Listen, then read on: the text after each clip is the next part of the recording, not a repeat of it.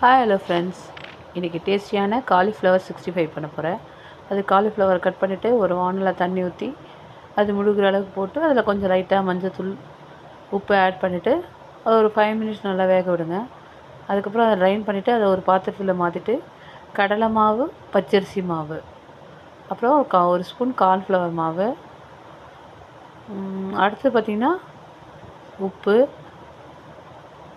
அப்புறம் வெறும் மிளகாத்தூளும் கரம் மசாலா, பெருங்காயம் இதெல்லாம் ஆட் பண்ணிவிட்டு ஒரு 5 மினிட்ஸ் நல்லா ஊற வச்சுடுங்க.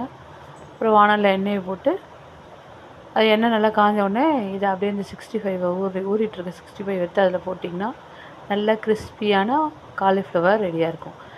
இதில் என்னென்னா காலிஃப்ளவர் உங்களுக்கு அந்த டேஸ்ட், அந்த வெஜிடபிளோட டேஸ்ட் வேணும்னா கோட்டிங் மாவு கொஞ்சம் கம்மியாக போடணும். கடலை மாவு, பச்சரிசி மாவுலாம் ரொம்ப போடாமல் ஒரு அரை ஸ்பூன் 1/4 ஸ்பூன் போட்டிங்கன்னா அது டேஸ்ட் ரொம்ப நல்லாயிருக்கும். அப்படி இருந்தால் தான் எங்கள் வீட்டில் எல்லாேருக்கும் பிடிக்கும். ஸோ நீங்களும் ட்ரை பண்ணி பாருங்கள், ரொம்ப சூப்பராக இருக்கும்.